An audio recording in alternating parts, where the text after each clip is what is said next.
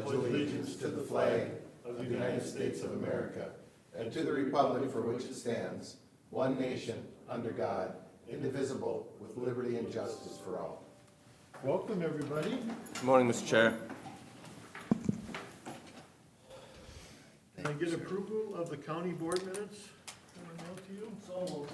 Got a motion by Commissioner Winchell. Second. Seconded by Commissioner Jelinski. Any further discussion? Not all in favor, signify by saying aye. Aye. Opposed, motion carries. Are there any additions or deletions to the agenda? Can I get a motion to accept the? Mr. Chair, I'll make a motion as they are presented. Okay, we got a motion by Commissioner Jelinski, seconded by Second. Commissioner Winchell.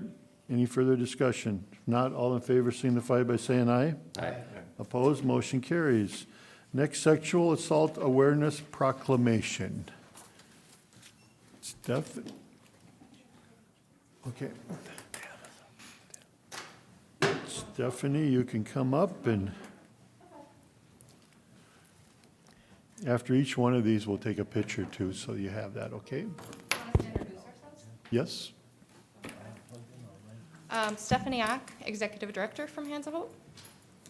Lindsay DiMatteo, Sexual Assault and Volunteer Coordinator. Carissa, Yes, I also go by Minnie, and I am the General and Child Abuse Coordinator, or General Crime and Child Abuse Coordinator.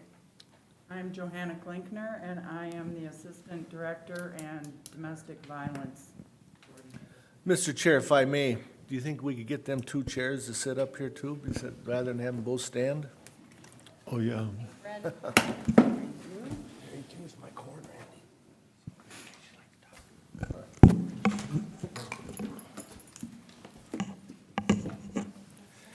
Perfect.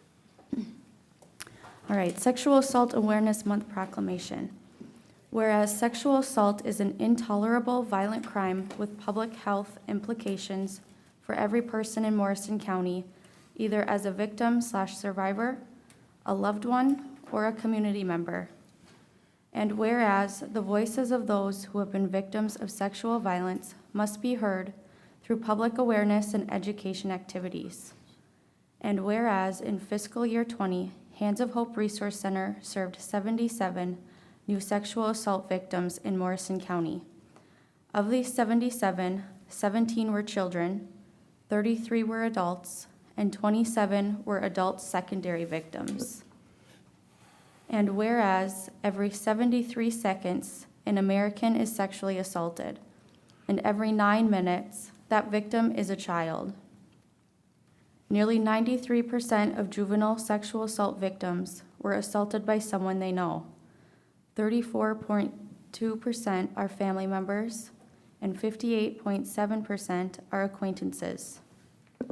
And whereas no one person, organization, agency, or community can eliminate sexual violence on their own, the Board of Commissioners joins Hands of Hope Resource Center in believing that all Morrison County residents must be a part of the solution to eliminate crimes of sexual violence.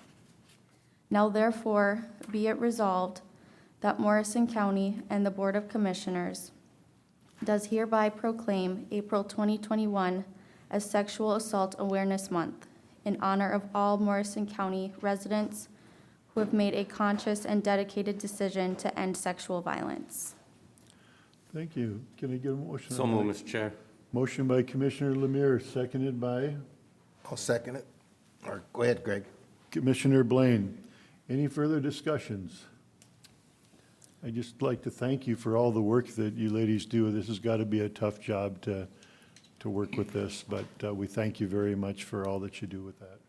Mr. Chair, Commissioner Jelinski. whether it's every second, whether it's every hour, whether it's every day of every week, one of the committees I sit on is Hands of Hope, and I've heard these numbers in the past. I've heard these numbers yesterday, I hear them today, I'm going to hear them tomorrow. And of course, I wish that I could have a fix to it also. And I know that the four of you also wish there was a magic fix to this. Every 73 seconds is pretty scary, as far as I'm concerned. So, rah. Thank you for what you do. I very much appreciate that. Anybody else got any questions? If Thank not, you. if not, all in favor signify by saying aye. Aye. Opposed, motion carries. We thank you very much. Thank you. We'll take a quick picture if we could. I'm gonna shut off that. How do you What? want- How do you want this? It is done? already up? Oh. If you could, yeah, stand behind the board, would you do that? If you wanna, you guys take your microphones. Thank you very much.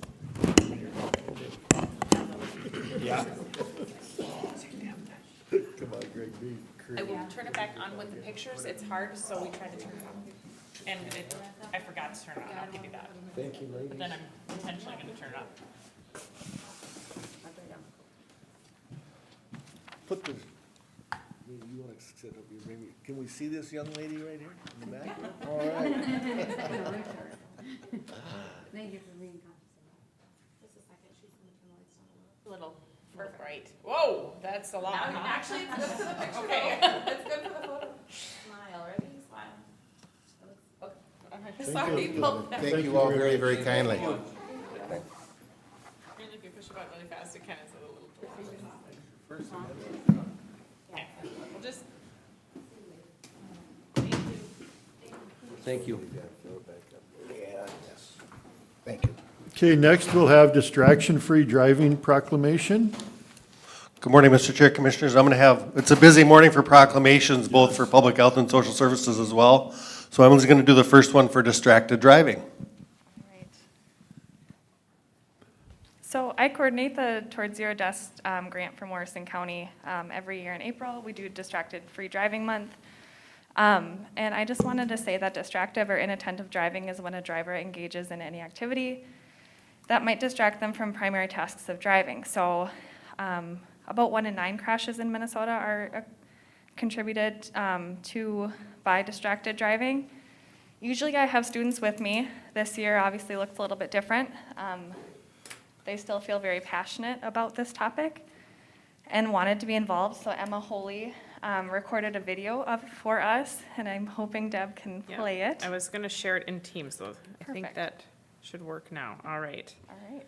Versus just on the screen. Are we ready? Yes, go ahead. Shoot. Can we get the volume up? Yep, I'm trying to do that. Why wouldn't the volume be playing through the system?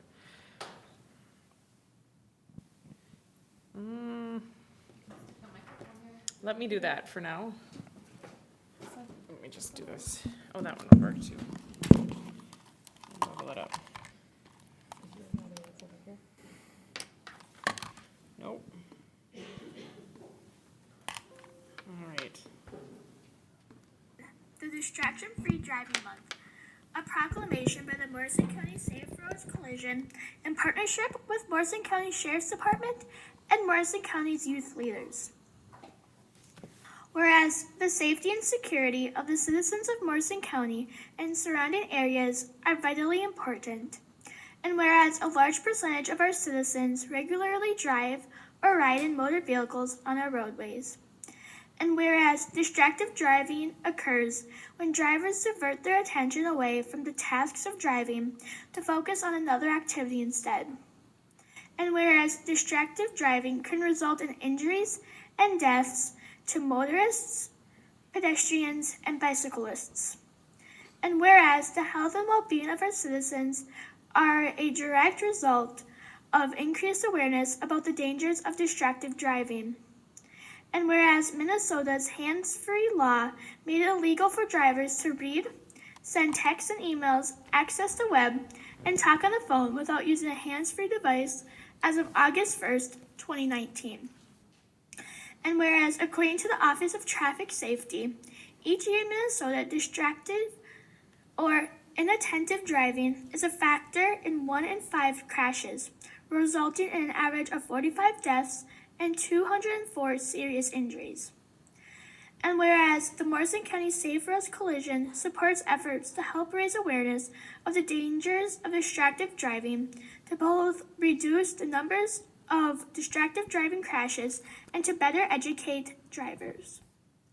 And whereas Morrison County law enforcement will be participating in increased enforcement all month to reduce the risk of injury and death caused in traffic crashes related to distracted or inattentive driving. And whereas distracted driving is a serious, life-threatening practice that is preventable. And whereas to reduce the number of crashes as well as improve driver safety, motorists should dedicate themselves to adopting and maintaining safe behaviors while behind the wheel by avoiding distractions such as phone calls, texting, eating, drinking, adjusting vehicle or music controls, and reaching for items. And whereas in order to reduce the number of crashes as well as improve driver safety, Morrison County motorists should dedicate themselves to adopting and maintaining safe behavior while behind the wheel.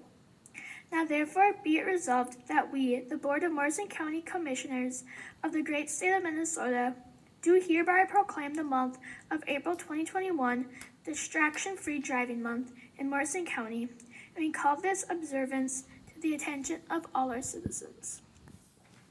Thank you. Mr. Chair, I'll move on this.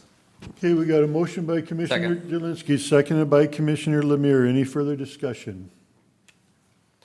Just want to say thank you, Emily, for all you do, not on only this, but vaccination process too.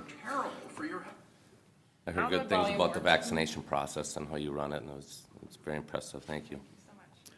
Yep, thank you very much. Thank you all. Thank you, Emily. Did you bring along the law enforcement team that's going to be part of the gang that's going to be out there I did dealing with not bring this? them along, but they will be part of it. Excellent. Thank you. Thank Thank you you. very much. There's been a motion and a second. All in favor signify by saying aye. Aye. Opposed, motion carries. Thank you. Did you want to take a picture after all of the rest of these proclamations, or? If we could take one right now, that would be Okay. good, so I can get my other work in here. Thank you. Sarah, why don't you go up there too?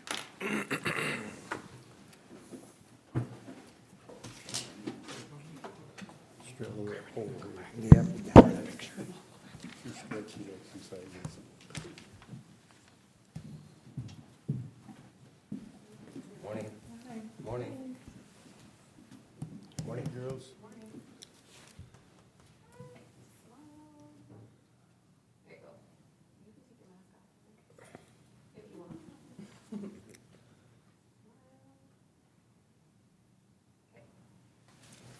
Beautiful. Thank you. Thanks again. Thank you all.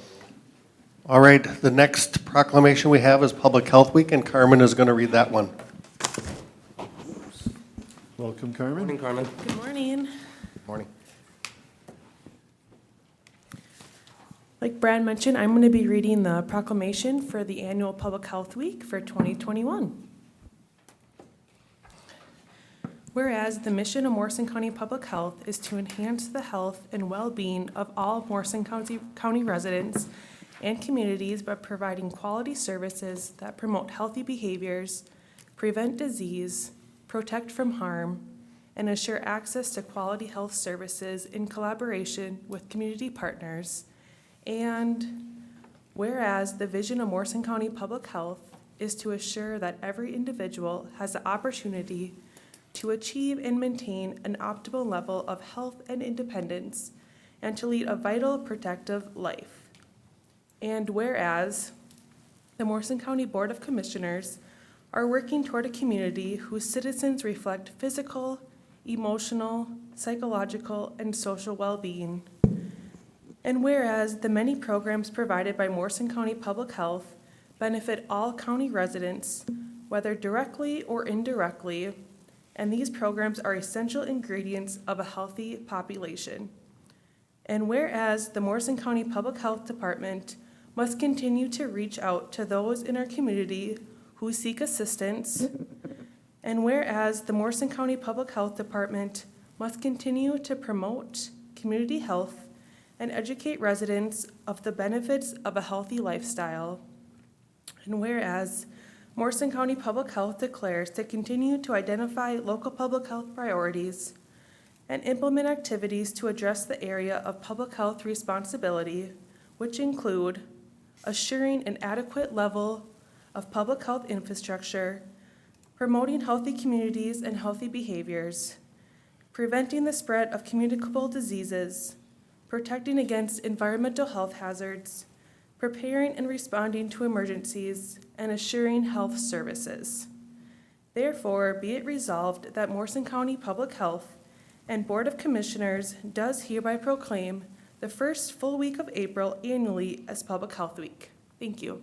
Thank you. Can I get a motion on that? So moved. Second. Commissioner Wincher Yep. made the motion, Commissioner Lemire second. Any further discussion? Thank you.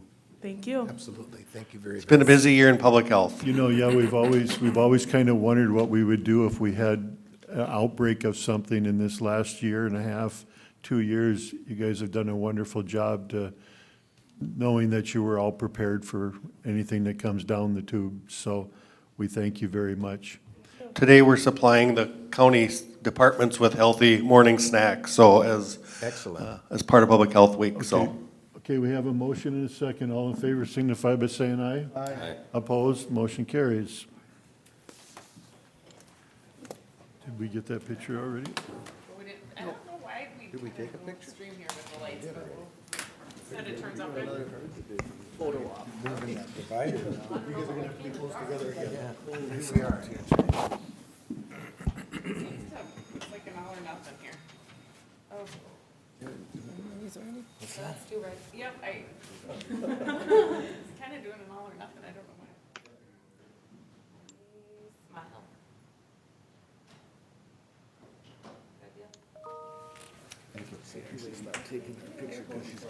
Let's get that Post-it note on there, yeah. It's my turn. We know. Next, we'll have Child Abuse Awareness Proclamation. And last but not least is the Child Abuse Proclamation, and Carissa Zacher from Hands of Hope is going to read the proclamation, and Katie is here as well from the Child Protection Unit. Okay, welcome. Morning. Morning, are you guys okay if I take this off? Okay. Yes. Well, hello again. All right, so the National Crime Abuse Prevention Month Proclamation. Whereas child abuse and neglect continue to be a problem within our society, and whereas April has been declared National Child Abuse Prevention Month, and whereas Minnesota has initiated many efforts to promote child abuse and prevention programs within counties, and whereas Morrison County has promoted such programs and recognizes that children and families are an important part of our society, needing the support and protection of our community. And whereas Morrison County recognizes the dedicated work of community professionals, neighbors, and extended family that provide assistance to prevent and intervene in cases of child abuse and provide support to parents. And whereas special thanks given to Morrison County Family Connections team and interagency members for their efforts, funding, and provision of parenting education and support through circles of parent support groups, social media parent education on Facebook, and the child abuse prevention curriculum provided to schools in Morrison County. And whereas the Morrison County Family Connection team recognizes and support the efforts of parents, extended family, friends, and neighbors of children to provide a safe and loving environment for children. Now therefore, be it resolved that April is hereby declared Child Abuse Prevention Month in Morrison County. Signed this day, the 6th day of April, 2021. Can I get a motion on that? So moved, Mr. Chair. Got a motion by Commissioner Jelinski. Second. Seconded by Commissioner Lemire. Any further discussion? Mr. Chair, children are tomorrow's leaders, and I wish that I had a crystal ball in front of me and some magic wand that I could wave over everyone and eliminate child abuse. It's a terrible thing, and I can't thank everybody enough for everything that you do, so truly thank you. Thank you all. Thank you. Thank you so much. We have a motion and a second. All in favor signify by saying aye. Aye. Opposed, motion carries. Thank you. Picture. Photograph. Again, one more time. Well, Two more for times. now, yep.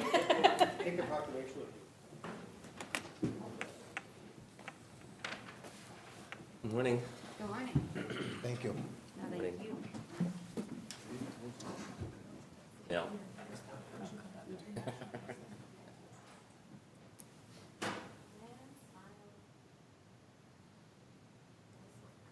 Perfect. Thank you very much. Perfect. Thank you. That is it for our proclamations. Thank you, Thanks, Brad. Brad. Next, we'll do community development. Morning, Carol. Good morning, Carol. Morning.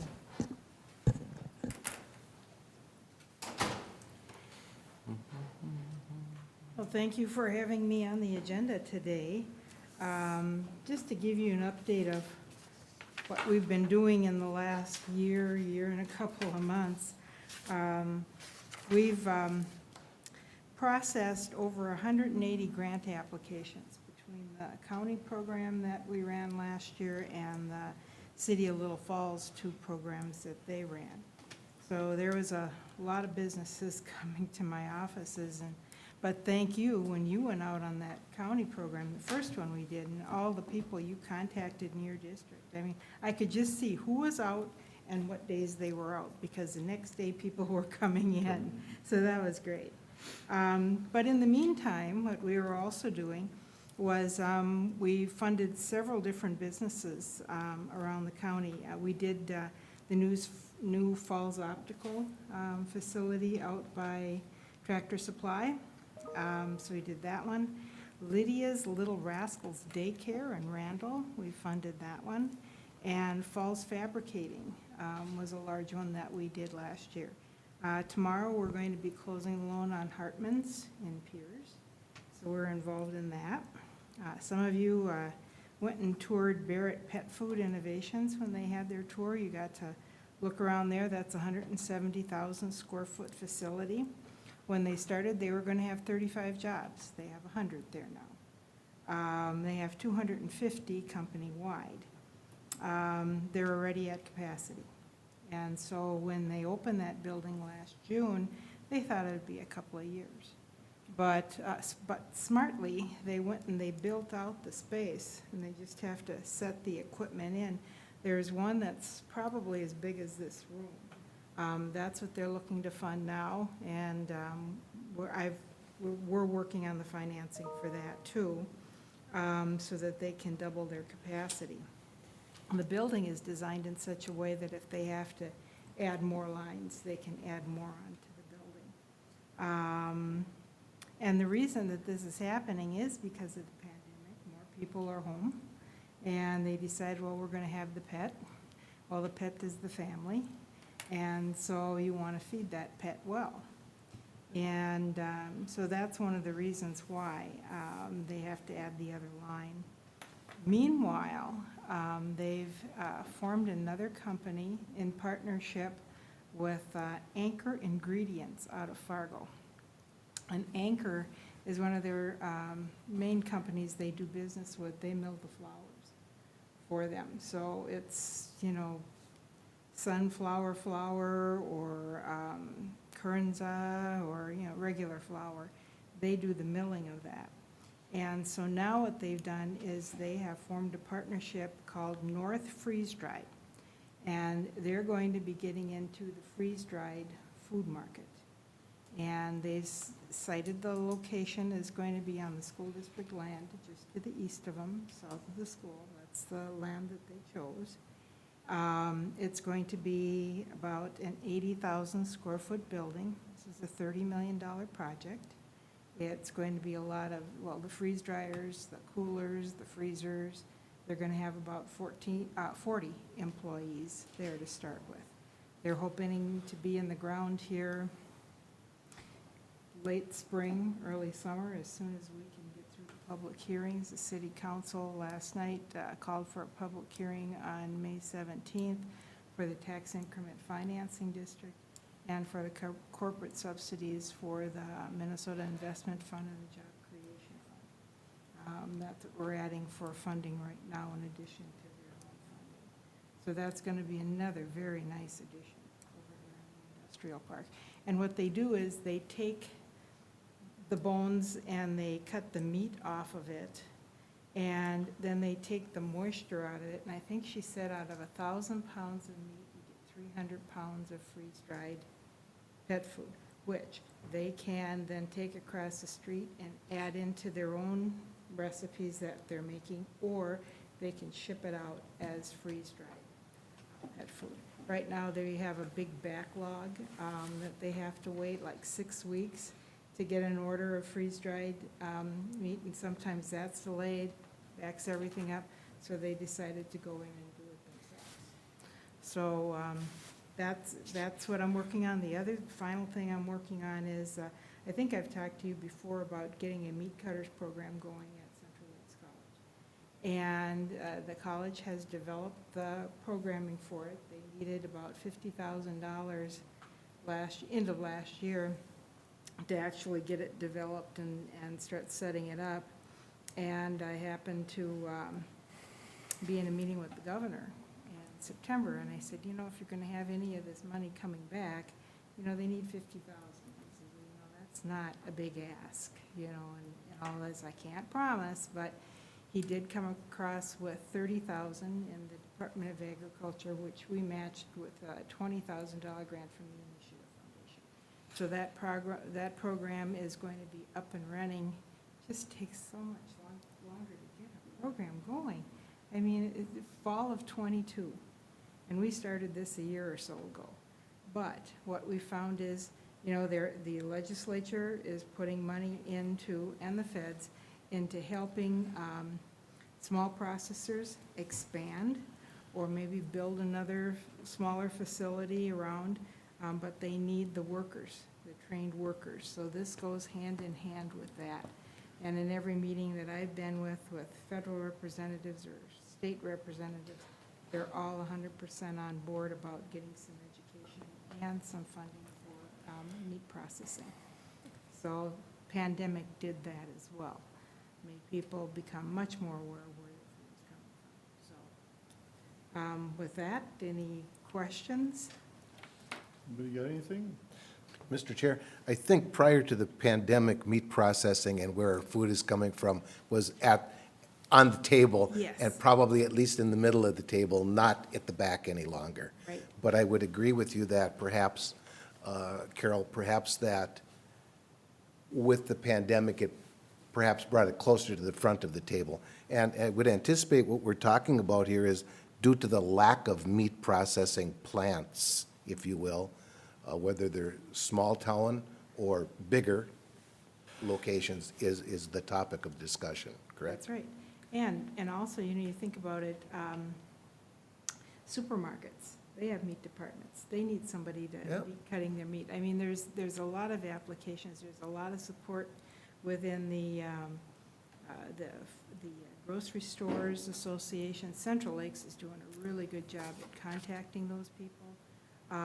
And so there's a lot of interest. And then, you know, I also try to work on the Career Force Center side of it, you know, so that, hey, when you've got people looking for a job, Yeah. you know, here's an opportunity. Would you like to think about that? And then we have the funding to help pay for the education. So, Sure. Thank you. Mr. Chair. Thank you, Mr. Chair. Lemire. That's all right. Good morning, Carol. morning. The pet food business, that's a success story. That's something we can be proud of. 100 and some jobs, 40 some on the new building coming. Are they having difficulty finding people to work? Not yet. Because they do pay a good wage, they give benefits. It was pretty impressive. Health benefits, yeah, and yeah, they're really a good company. Yep, and then, are most of the employees that work there, are they from Morrison County, or do they have to travel? Yeah, she mentioned, I think, that almost all of the employees here at the Little Falls plant come from Little Falls. Oh, wow. And they haven't, you know, gone out further yet, but I know a couple, you know, that are in the Swanville area and that's all Morrison County. Yep. So, yeah, no. Wow. Mr. Chair, when we toured, she actually talked about employees pretty extensively and did mention that they were mostly from Morrison County, but also kind of threw out there with the fear of what's to come when it comes to being able to find people. So that was something she was discussing, and the availability of housing was something she stressed and talked about it's hard for her staff to be able to find places to live. So she went into detail on it. It was very interesting. But yeah, most of them have come from Morrison County. And if I'm not mistaken, that new line, when that new line goes in, they'll be hiring about another 80 people for that new line. So besides the 40 people for the new building, yeah, they're going to have a lot of people employed in Morrison County. And I think she said only 3 came from the other facility. north of Piers, so that was pretty much all new employment. But all I know after taking that tour, I know that you're safe to know that your dogs and cats are eating very well.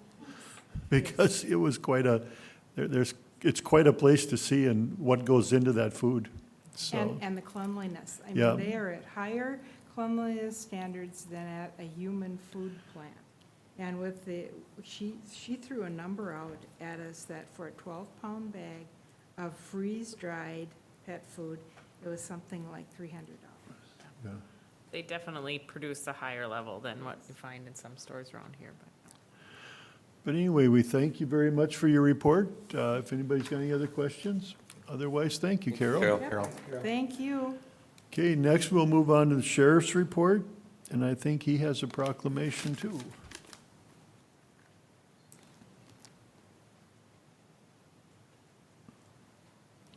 Good morning, Sheriff. Good morning, Sheriff. Morning, Sheriff. Morning, Mr. Chair, members of the board. So I do have a proclamation. We do have some dispatchers with us. If I could, I'll just do a quick introduction. Victoria McKissick, she has 20 years with law enforcement and public safety. She's our current emergency manager and communications supervisor, if you want to raise your hand. And wave, stand up, do a little, yeah. Do a little Turn, dance. Twirl. Jane Holman, she's our lead dispatcher. She has 20 years of service with our agency. Hey, Gene. Good morning, Jane. And then we have Greta Beanick. She's currently in training for a dispatcher. She started mid-January of this year, and she's doing a phenomenal job. So, Welcome, Greta.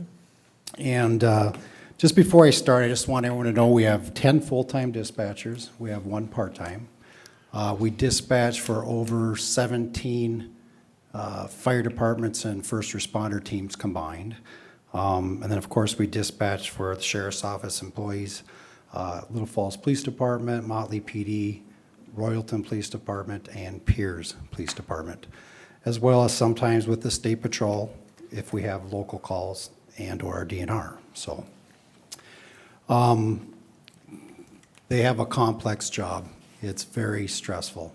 I can tell you I've held a lot of positions with the sheriff's office, my first one being a dispatcher, and I think I've told the board this before, it's definitely the hardest job I ever had. So they're definitely the lifeline heroes of every emergency, and we're grateful for their service.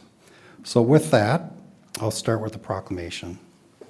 Whereas emergencies can occur at any time that require police, fire, or emergency medical services, and whereas Morrison County dispatchers efficiently coordinate emergency services for both man-made and natural disasters to ensure the health and safety of our community, and whereas public safety dispatchers are the first and most critical contact our citizens have with emergency services, and whereas public safety dispatchers are the single vital link for our police officers, firefighters, and first responders by monitoring their activities by radio, providing them information and ensuring their safety, and whereas while enduring shift work and frequent emergencies, Morrison County dispatchers continue to perform their duties in a dedicated, diligent, and loyal manner.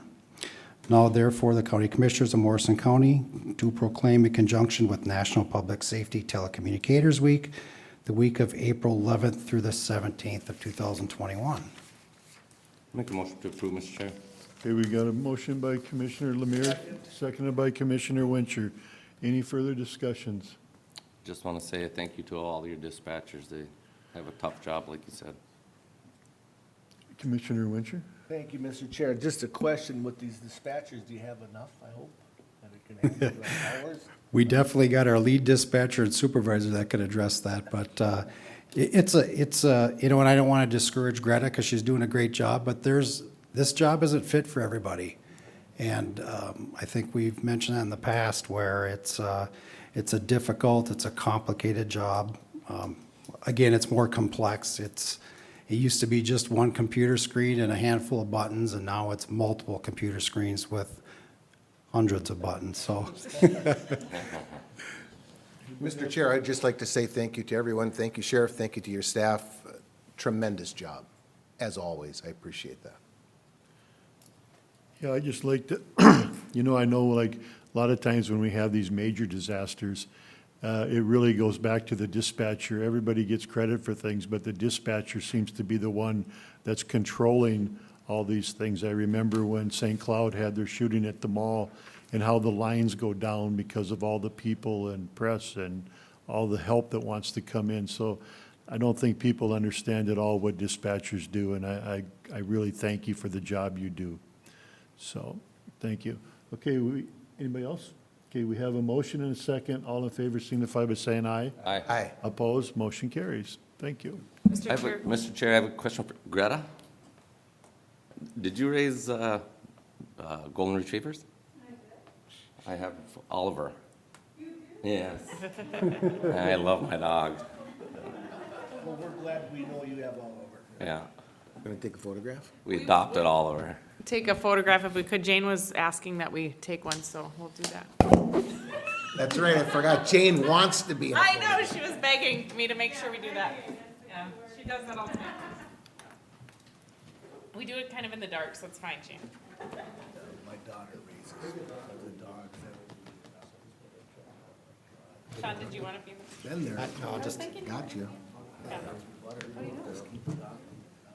love my dog. You're gonna have to give him a hug. I will. He's a good hug giver. Likes the sock. Morning, everyone. I asked Victoria. Oh, okay.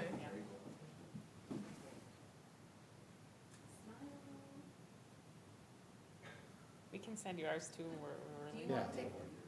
Oh, just, thank you. Thanks. Thank you. Thank you. Come anytime if you want more pictures. We don't think so.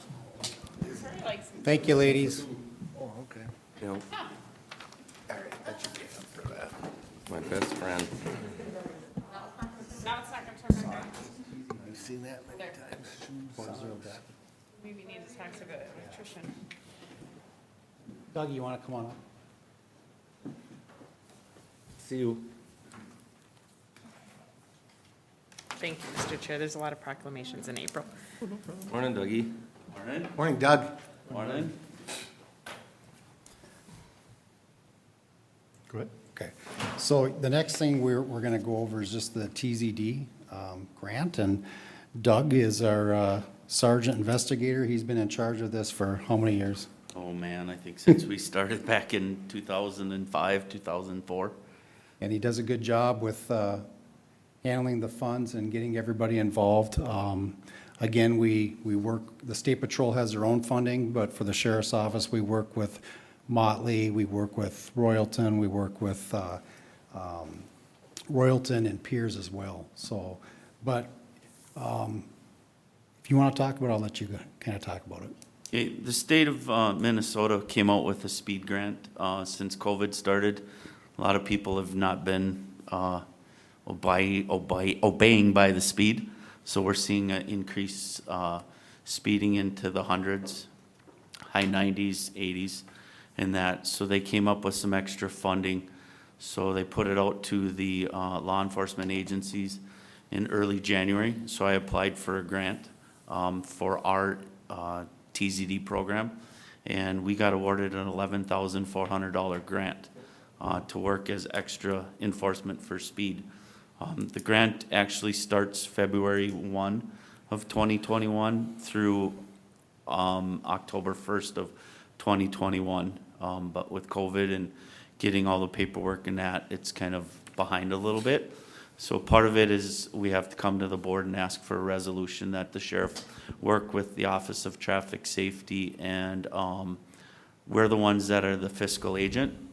So we take and I bill the state for all of the money, and then once the money comes in, I work with Joyce at the auditor's office, and then she disperses it through each agency to do it. So this will be money that we will use for nothing, it will be used for speed enforcement, but obviously when we're out there, we are looking for other traffic violations as well. So it'd be overtime for law enforcement to work. I'll make a motion to approve, Mr. Chair. Motion by Commissioner Lemire, seconded by Commissioner Jelinski. Any further discussion? Mr. Chair, TZD, just for the record, Towards Zero Death.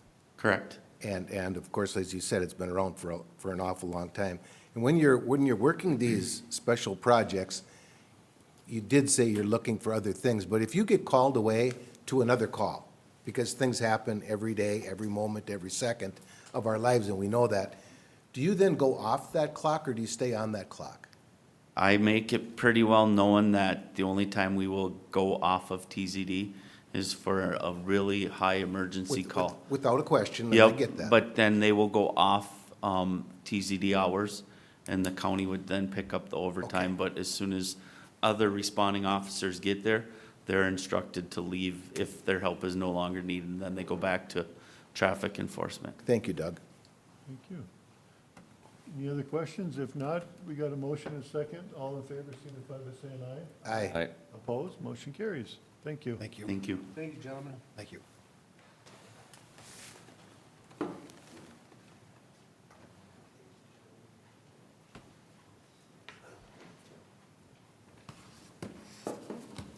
Okay, Katie, social service report. You know when you want me to advance slides, please. Good morning, Mr. Chair, Commissioners. As we said earlier in our proclamation, it is Child Abuse Prevention Month. And as such, I'd like to bring some information forward about what we do in terms of child protection. It's one of our mandated services, and it's a critical function of one of our areas of work, so. Good morning, members of the board. Good morning. All right, so just a kind of a real general overview of the whole kind of child protection system within our agency. And so I started out with our maltreatment reports because that's how we're first alerted when there's concerns with families. And so we get reports from professionals. They're considered mandated reporters, so they have to report if they have concerns. So that would be teachers, doctors, therapists, things like that. We also get a lot of reports from family members, friends, neighbors who might be concerned about a child. And so you can see that I have, over the last 6 years, the number of reports, they are down a little bit last year. Part of that is due to COVID. So when schools were shut down in the spring, and even in the fall when we were doing distance learning, you know, you don't get to talk one-on-one with kids like you do if they're showing up for school. You know, a lot of well-child checks, doctors' offices were kind of putting those off if your kids were healthy, and therapists were again over the computer, and so we weren't having people have as many eyes on kids, and so I think that attributed to a decrease in reports, at least in the spring of last year. The next slide just shows the percentage of reports that were screened in, and so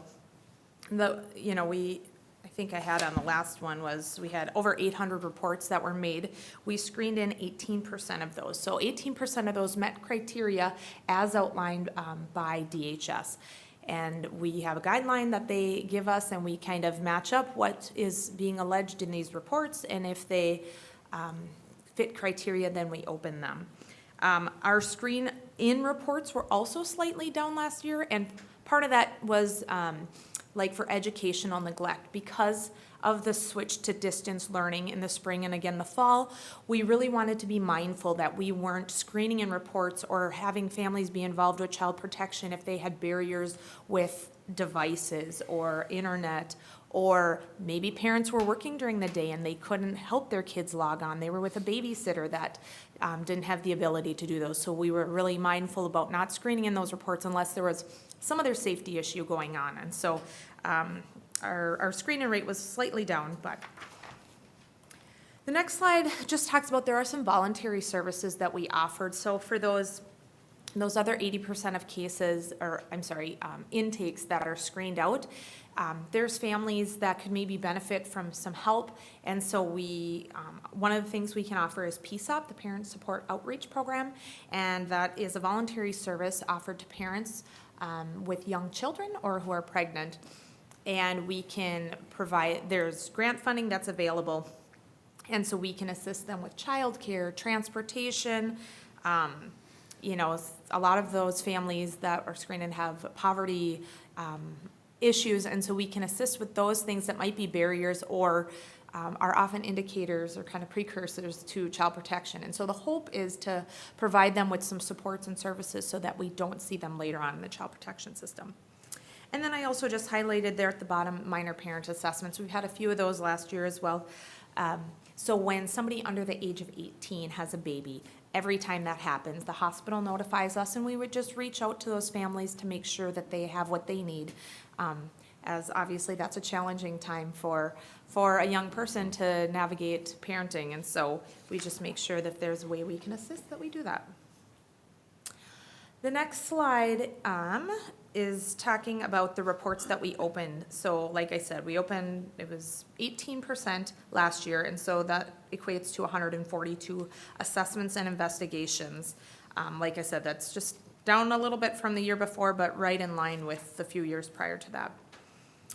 The vast majority of the assessments we open continue to be family assessments. So I've talked with you before about there's 2 tracks to child protection. The traditional child protection is where you go out with law enforcement, you know, there's tape recorded statements. We determine, did you do this or cause this injury, or whatever the report is. The second track is family assessment, and it's more geared toward, you know, aligning with the family. We're not, did you do this, but how can we help you? How can we make sure this doesn't happen again? And really a more supportive role, law enforcement generally isn't involved. And so as you can see, the vast majority of our assessments that we screen in are family assessment. There are certain reports that automatically have to be investigation due to the egregious nature, and those would be like shaken baby, sexual abuse, things of that nature. Oftentimes where there's a criminal charge that might be paired with that.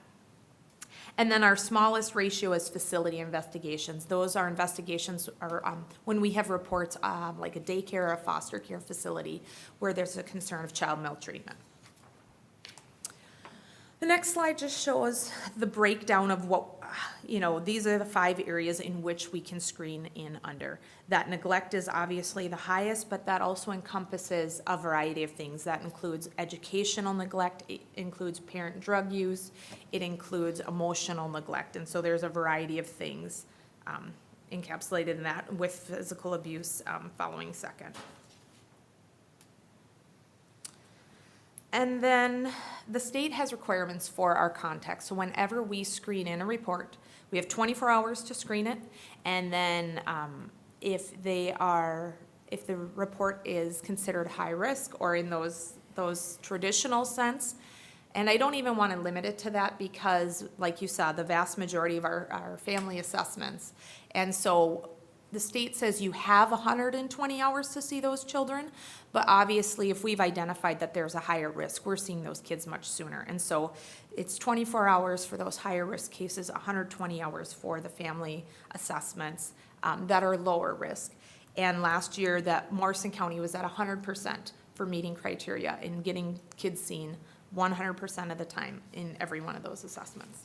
And this is a metric that the state has wanted counties to achieve because making sure kids are safe is important, and staff have done a great job of getting there in a timely manner, as attested to by Katie and the data she pulls. So, and these are ones where you have to go out sometimes at a moment's notice, and staff have been able to navigate through that. So we've been really appreciative of that. Right. And that has been challenging despite the pandemic. When everybody else is virtual, my staff has been in the office and seeing people face to face and taking precautions and still going about and doing their job and making sure that children are safe. This slide just again shows historically over the past several years where we're at with the number of case management cases, and it's down again slightly. And again, case management cases are opened after an assessment or an investigation is completed, and we've determined that we haven't been able to correct the issue enough during that assessment time period, which is usually about 45 days. And so we've determined the family needs more help or longer term help beyond that, and so then they open for case management. So last year, we had 36 out of those 62 placement or case management cases, were placements. There was 20 that was not involved in court or placement, so that means they were just working with us voluntarily. They agreed that there was some things they needed help with, and they were cooperative in addressing those concerns. And then there was another 6 cases, our smallest margin, that were involved in court but not in placement. And so often with those cases, it might be a situation where a child is, we found, safe with another, like a non-custodial parent or a relative, but it's not a formal placement, or the families, you know, maybe aren't agreeable to services, but then they come around, and so that's often why we're involved in court without a placement, but it is rare. Monthly face-to-face visits. So like I talked about, the initial contact for assessments, once they're in case management, we are required to meet with every child on an open case management case every month. And the state standard for that is 95% of the time. And so in 2020, my case managers met with their children 99.7% of the time. So I counted up, and they were out of 771 contacts for the whole year, only 2 were missed. And the reason for that was a child was out of state for one of them, and the other one was missed after there was a transition. A staff had left the agency, and so we were kind of in coverage mode, and one got missed. But really, 2 out of the whole year I was impressed with their work. Next slide just shows children in placement last year, and I won't go into the placement because I know we talked about that in the fall. But again, kind of the same pattern of, you know, slightly down from previous years. And then the last slide just shows the results of those kids in placement. So those that were in placement in 2020, about 30% were unified with their parents. 8 of them went to transfer of custody to either a non-custodial parent or a relative. A couple of them aged out. A little bit under a third went to, had parental rights terminated, which makes them state wards and free for adoption. And then another 14 are still in care at the end of December, so. Thank you. Does anybody have any questions? Commissioner Jelinski? Thank you, Mr. Chair. Katie, what are the ages of the children that we're talking about here? So 18 and under. 18 and infants? All the way to birth, yeah. You know, the sheriff was here a couple minutes ago and talked about some pretty special people. I happen to know what he's talking about when he talks about our 911 operators and our dispatchers. But I will look at you directly into your eyes, and I will suggest very strongly an unbelievable job that you and your team have, dealing with the topic we're talking about here. I mean, I'm not talking about children. Children are wonderful, but to the stuff that you run into is also second to none. So thank you very much for everything you've done. Thank you. Thank you. Does anybody got anything else? Otherwise, we thank you very much. Yes, Thanks, thank you Katie. so much. Thank you. All right, I have a couple things under the public health report. The first item is appoint Muna Torre from Royalton High School as a student representative on our public health advisory. Eric Goodrich and Carrie Meeks, who are also on our advisory committee, work in Royalton, and they were able to recruit this young lady. I've not actually met her yet. I meet her this afternoon and do an orientation, but she's very excited to be a part of public health advisory, so. Second. Motion by Commissioner Winchester, seconded by Commissioner Lemire. Any further discussion? If not, all in favor signify by saying aye. Aye. Opposed, motion carries. Thank you. And the last thing I have is, because of Public Health Week, you know, we always hear what we do as far as the pandemic, as far as home visiting, as far as our work with the elderly. Today, I wanted to share with the commissioners a lot of the work that we do that is not seen, and that's the collaborations we do with school. And so Carmen, Emily, and Sarah are here to share some information that they put together. I think this is important work, again, in terms of supporting our schools, and I will grab a couple more chairs. Thanks, Brad.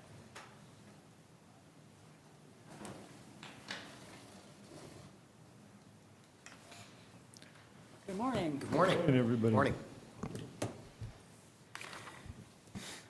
So first, I just want to say that, you know, it's been a project of ours to get out to all of the schools. You know, we used to have a lot of focus in Little Falls and had a hard time expanding our work. And so Emily and Carmen have just done a fantastic job of expanding that work in the last year and coordinating with all these schools. And you will be surprised at all the work that we're doing. So I'm just really excited to share this with you today. So first, I just want to talk about the different grants that we have that we're working on in the schools. And the first is our SHIP grant, Statewide Health Improvement Partnership, and this is the grant that Carmen works under. And so this is a CHB grant that is spread among Morrison, Todd, and Wadena County, 5-year grant, started November 1st of 2020, ends October 31st of 2025. It works on physical activity, obesity, all those types of topics, healthy eating, but today's focus is about the schools and the work that we do there. Well-being is a new strategy goal that we're starting November of 2020, so Carmen's been doing a lot of work in the schools with well-being. So our project goals are school healthy eating, school active living, and school well-being. So on that slide are some fun pictures, just kind of showing some things that she's done in the schools, and she'll expand more on that later, but she did some virtual field trips with the schools. Because of COVID, we had to be creative, and so with the Farm to School Month in October, they were able to do some virtual tours that were statewide, doing some dairy farms, vegetable farms, apple orchards, a co-op, and those sorts of things. The other one, the Walk Bike Fun, Carmen will get more into as well, but she's currently being trained in that and working with the schools on that. The other picture is the Learning Gardens at Lindbergh Elementary, which again will be more to come. And then just Farm to School Month, that's the picture of the kids eating their meal. I wish I could eat there after Carmen told me what they're having. But this one was at Dr. Knight, and so it's roast pork gravy. The meat came from Minneapolis. It's mashed potatoes from the school garden. It's green beans from the school garden. It's fresh apples and apple crisp from the Collegeville Orchard in St. Joe. So. And then the next grant that Emily works on is Tobacco-Free Communities, which is also a CHB grant between Morrison, Todd, and Wadena County, also a 5-year grant. Started in November of 2016, supposed to end October 31st of 2021, but due to COVID, we're able to extend that a year and utilize our funding throughout October of 2022. So again, some fun pictures that Emily put together for everyone. Virtual presentation is the first picture where you can see, again, with COVID, we had to be creative and do a lot of Zoom meetings. And so that's a Tobacco 101 Zoom meeting that Emily did with the kids. The picture, It Is Not Cool to Jewel in School, was youth developed messages that the youth groups and youth leadership retreat did. Tobacco 101 is some education that is done with teachers and parents. And so you can see the picture next to it is some education that was done with the parents about what to look for in backpacks. Because as you know, we've brought this forward to you guys before and seeing the difference in parents to understand what they're looking for.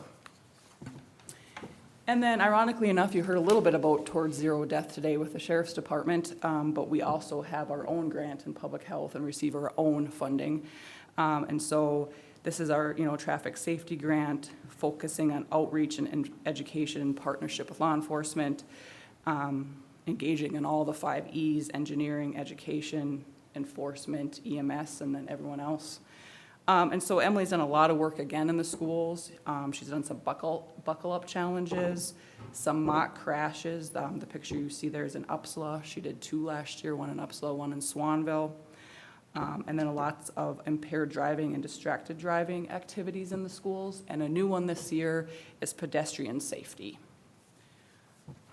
And so then the next slide is just, again, a lot of fun pictures that Emily and Carmen will go more into detail about what they've done. As you can see, there's some kiddos at the Fit Trail. A lot of schools went to our Fit Trail this last year. Some positive post messaging that Carmen's been doing, some outdoor learning, some physical activity maps Carmen put together. And so I'm going to hand it on over to Carmen and Emily. Thank you. So Emily and I will go through the next few schools that we have worked with and kind of share what each of us has done in the school, and also the collaboration that the 2 of us have been able to do and going in together as a team to work with the schools and just build that engagement and build a collaboration. We were able to get into the Piers schools this year, both Holy Trinity, Piers Healy High, and Piers Elementary, which was good.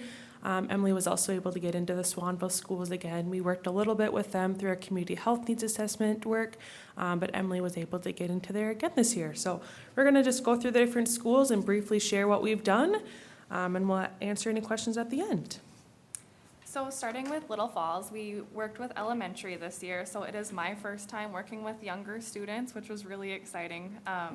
We did a Tobacco 101 curriculum with 4 classes in the elementary schools, both Dr. Knight and Lincoln. These were done virtually, so I just connected over Zoom.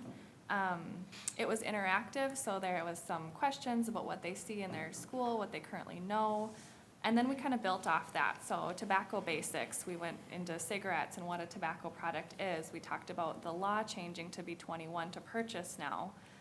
We did talk about vaping and then using vapes for other drugs, which is a concern from a public health perspective.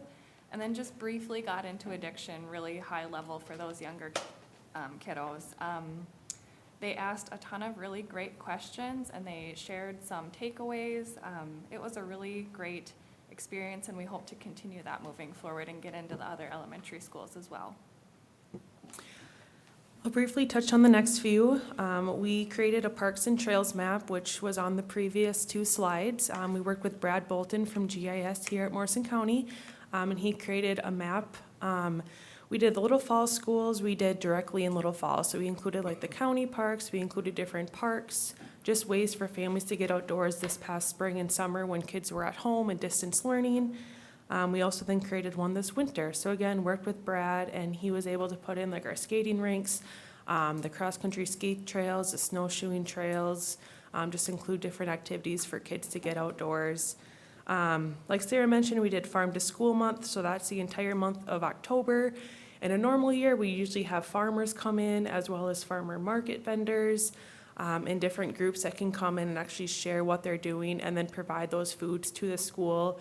The school has a huge garden out at St. Francis, and so they use a lot of their own products to make their soups, juices, homemade pizzas. They have their own salad bar with all the produce from their high tunnel as well as from their garden. So the kids in Little Falls are eating very, very well from their garden. They actually have groups of classes that actually go out there and do all the gardening, as well as students hired throughout the summer that do the gardening under supervision of some high school cooks. Some of the different activities that we did with Farm to School. With this year, a lot of them are being home during that time, so we provided just messaging to parents through social media, newsletters, and also had the virtual field trips that they could learn about the dairy farms and learn about the vegetable crops and just all the different types of agriculture that go into the schools. We did a monthly fitness challenge, so we work with our elementary schools, and each month they get a new handout to keep them engaged and busy at home. If they complete 3 months, they get a prize, and if they complete 6 months, they get a prize. So that was just to increase their physical activity when they were home distance learning, and we just continue that, and we'll continue that through May. The positive post, when our kids were home for distance learning, we wanted to keep them encouraged and keep their mental health strong. So we created a post that each week in their meals that were sent home also was a handout that included some positive messaging and also an activity on the back. So if it was a word search or a coloring page or something for them to do at home. We've continued those as well. I'm also creating well-being videos. So each month I record myself and it's then played during the morning announcements. And it's been fun to also hear just from parents around the school district saying that they've heard their kids talking about it or having people send me pictures of myself on the screen, which isn't always the greatest, but it's like, I'm glad that the message is getting out there, so. You're famous, Carmen. Good Yes. job. You guys can get her autograph Yes, later. Yep. We created an outdoor classroom at Dr. Knight in Randall. So this was to include, or to engage students outdoors. They are able to use that classroom to just learn about the environment and just get them outdoors and learning in a different setting versus a regular classroom. So we provided seating and different materials that they needed. And we're working with some different groups to try to get them a permanent pavilion built so that they can be protected from the rain or other elements of the weather. We created an outdoor learning garden, so we provided all the materials to make raised garden beds, and so that students are able to go out and learn in a different setting. We used our high school shop classes to do all the building of that, and then we used some of our master gardeners and different aid classes throughout the high school to help teach the students as well as the teachers are out there with them. And then we're coming up on Every Kid Healthy Week. Each day we have a different focus, if it's mental health, fitness, physical activity, or healthy eating. So that will be the end of April in all of our schools, and we'll be doing different activities there as well. And then moving into the middle school, so I was able to do virtual vaping education for every single 6th through 8th grade class. In 6th grade, we just did vaping basics, and then 7th and 8th had that vaping basics last year, so we got into a little more depth, deeper dive, skills on how to say no, how to talk to an adult, how to find the resources if they need help quitting or know someone that needs help quitting. And then we also were able to have a personal story from a young man who struggled with a vaping addiction, which has a really high impact on younger students. And then each student was able to write takeaways that they would like to share with their peers. So we are going to use those messages that we collected from all of them and message back out to peers, even the younger kids, and then hopefully out into the community as well. So again, at the middle school, we did a lot of the same activities. We did the Parks and Trails map. We did Farm to School. Every Kid Healthy Week is coming up the end of April. One additional activity we did with the middle school is a 60-minute move tracker. So last spring, when students were home, we worked actually throughout the whole county, every single school district, and created move 60 minutes per day for 1 month, and they all got prizes at the end. So it was nice to collaborate with every school district in the county to do that activity. So finally, Little Falls High School, the Distracted Driving Proclamation, obviously you just saw that. We were able to have that, Emma, a junior, to record that for us, which was very exciting. And then we're also looking at doing some pedestrian activities. So this is the first year the TZD grant has allowed us to do pedestrian safety. So we want to look at it from both a driving angle and as a pedestrian, like how to be a safe driver around pedestrians and how to be a safe pedestrian. Something we're looking at doing is getting a stencil for the sidewalks that says phones down, eyes up, so you're paying attention to what you're doing when there's traffic around. And then using that messaging as a campaign. One thing I did forget to put on the slides is that Buckle Up Stencil, Buckle Up campaign that Sarah mentioned. We do challenges. We have a stencil, and our Public Works Department offers to go paint those for us, so you may see them around a lot of parking lots, but our high school is specifically excited to use those stencils every year. And for mine, again, the same activities, except we added in here the ACEs and mental health awareness. So I'll be starting actually this afternoon a school social and emotional training through our SHIP grant, just to better be able to work with our schools around mental health. And then moving into peers, we recently started partnering with Marilyn Keith, and it has been a really great partnership. Like Sarah mentioned, we had to be creative this year, so we want to continue our work and really engage that school because we haven't done that in the past. And one of the ways is kind of just getting creative, thinking outside the box, so messaging in other ways. So with vaping, we are looking into art classes to create messaging that they can then share. So it's an actual project for their art class and an assignment there, and we will share those messaging throughout the school and the community. And then doing a video messaging in like video classes. So the state did an Escape the Vape video challenge. The timing wasn't quite right to have our schools submit videos for it, but we want to do it on a local level. So students will be able to work in their video classes to create some PSAs, really short, 1 minute or less, to share out on social media, within their school, within the community. And then we're also looking into doing a vaping perception survey. So we want to see how vaping use has changed since over the past year. So a couple things happened, obviously COVID. So does that reduce access, or are students vaping more because of the stress? And then the tobacco age changed to 21, so we want to see how that made an impact as well on access for tobacco for young people. And then we're also looking into some pedestrian activities, again, older and younger kids, and pairing it with the walk bike fun that Carmen will talk about. So we're starting in Piers actually on Friday. The 7th and 8th grade students are working through their Phi Ed departments through a walk bike fun curriculum. So there'll be 8 lessons, and the students will be taught how to ride bikes safely, how to wear their helmet properly, how to ride on the street, what traffic signals to use. And so we are using a bike fleet from CentraCare, who is using an 8-county-wide map that allows that bike fleet that they have. So a bike fleet is they have bikes, helmets, and the materials needed, along with an enclosed trailer to provide schools with the opportunity to teach kids how to safely bike on the roads. So that will be starting on Friday. And then again here, doing a lot of the same activities as Little Falls. The Parks and Trails map, we did a winter one again, worked with Brad Bolton. The Positive Post. And then in Holy Trinity, this was a new partner this year for us, looking at doing some trauma-informed work, also doing healthy snack policies, and providing some mini fridges for the classroom so that students can have more than just shelf-stable healthy snacks, but also some cold foods. And then active classroom, so just providing teachers the resources that they need to get the kids moving and have a little brain break and an energizer break. And finally, I had the opportunity to work with Swanville schools, so I did virtual vaping education for all 9th and 10th graders in December. This was the first time that I've done vaping education with Swanville, so that was very exciting. The students were very engaged, they asked great questions. And we're hoping to, as we move back into a new normal, get back into the schools and do some hands-on learning activities as well. So as you can see, this year was really different for us, but we really showed our strengths pivoting and finding some creative ways to engage the schools. And we're really celebrating the successes of working with new schools and new age groups.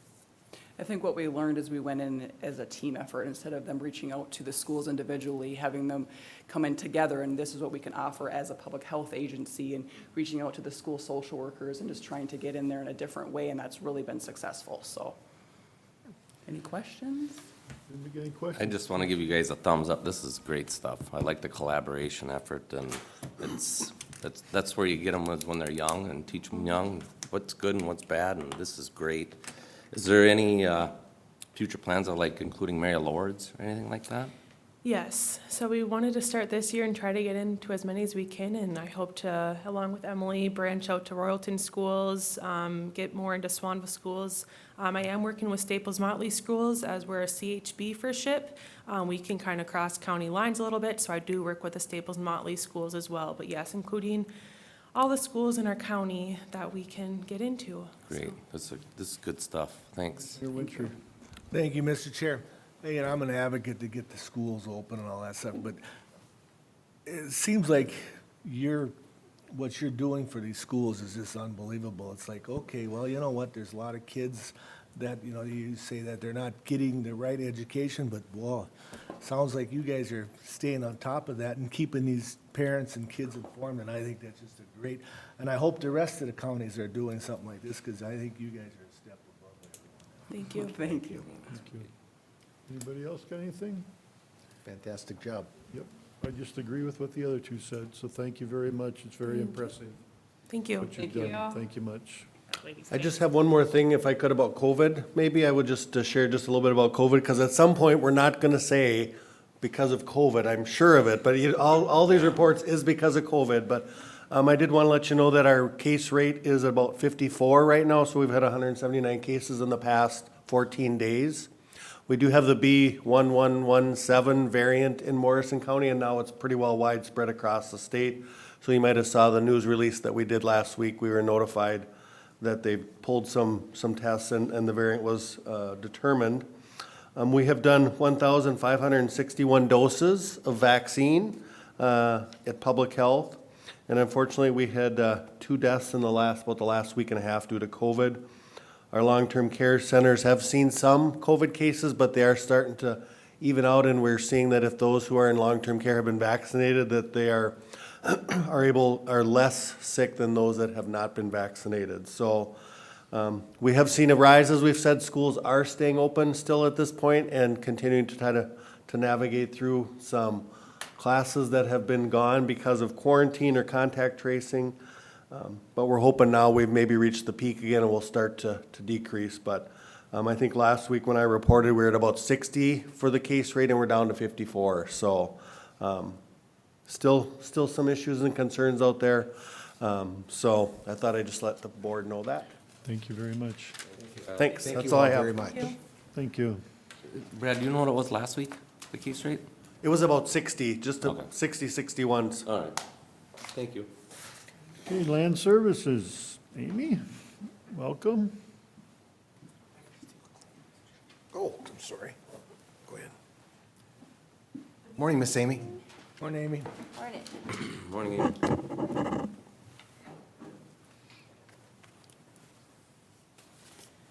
Okay, I have a few items for you today. The first one is to consider the conditional use permit request to construct a 190-foot telecommunications tower located in Scandy Valley Township. This was recommended for approval by the Planning Commission at their last meeting. So I've got that in front of you for consideration. So moved, Mr. Chair. Got a motion by Commissioner Lemire, seconded by Commissioner Jelinski. Any further questions?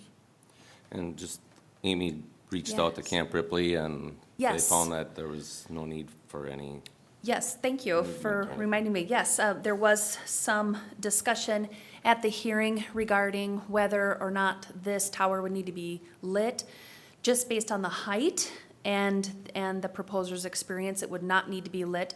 However, we had the question of whether Camp Ripley's flight patterns would change that requirement. I did reach out to Camp Ripley, and they said that this tower did not pose an issue at that height, and so therefore it's expected that the FAA will not require this, anything additional for this tower because of its proximity to Camp Ripley and/or within its flight path.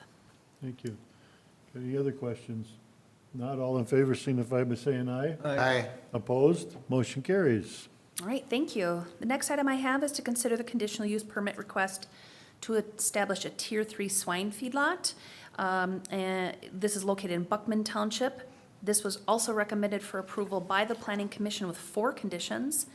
And those conditions were abide by local and state law, notify road authority when hauling manure during road restrictions, abide by the good neighbor, feedlot order minimization, and stormwater plans. And the applicant shall request the Soil and Water Conservation District to design a tree buffer for windbreak and buffering for neighbors according to acceptable best management practices. And the property owner shall plant and maintain said plan provided by the Soil and Water Conservation District. Could I get a motion on that? So moved. Got a motion by Commissioner Lemire, seconded by Commissioner Blaine. Go ahead. Any further discussion? I just have more of a question. It has an offset rating of 97%, Correct. and they're requiring them to plant trees. Is that going to be a practice in the future? And I know this is subjective, but is that something that they're going to do in the future? I mean, if they only need 91% and this is a 97% offset, are the trees really necessary? As you know, they look at those on a case-by-case basis, and that's what the conditional use permit process is all about. Really, essentially, what the county board is saying is, you know, some of the time, this use is okay, but we need to take a closer look at it and on its own merits. So based on the neighbor comment that was received, the planning commission decided that that would be something that would go towards their concerns. So no, not necessarily. But you're right, it does meet the offset rating, it exceeds the offset rating, so nothing would be warranted on that front just on its own. But I think this was out of respect for the comments that they had received at the hearing. Thank you. Anybody got any other questions? Not all in favor signify by saying aye. Aye. Opposed? Motion carries. All right, now I'm gonna change gears to the assessing side. I do have some abatements for property tax. There's 3 of them. These were catches that were made prior to the tax statements going out, so these individuals have not received their tax statement. We have held those and hoping to go through this abatement process and then send them an accurate abatement. So these are splits that should have been recognized prior to the year end. And then a veterans exclusion that should have been removed. Motion to approve, Mr. Chair. Got a motion by Commissioner Second, for Lemire, more seconded discussion. by Commissioner Wincher. Any further discussion? Commissioner Wincher?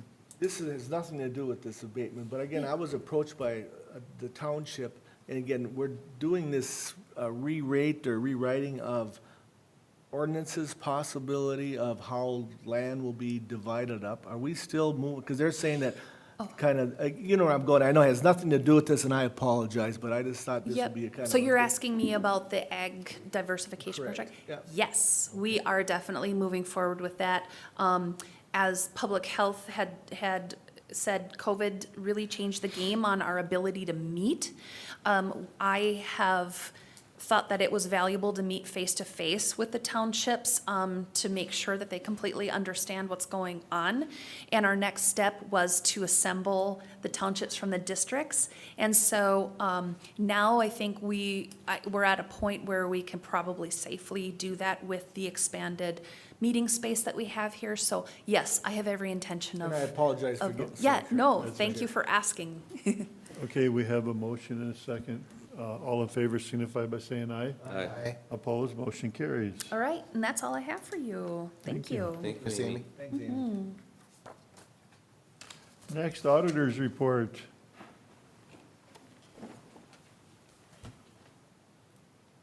Welcome, Chelsea. Morning, Chelsea. Morning, Chelsea. Good morning, Commissioners.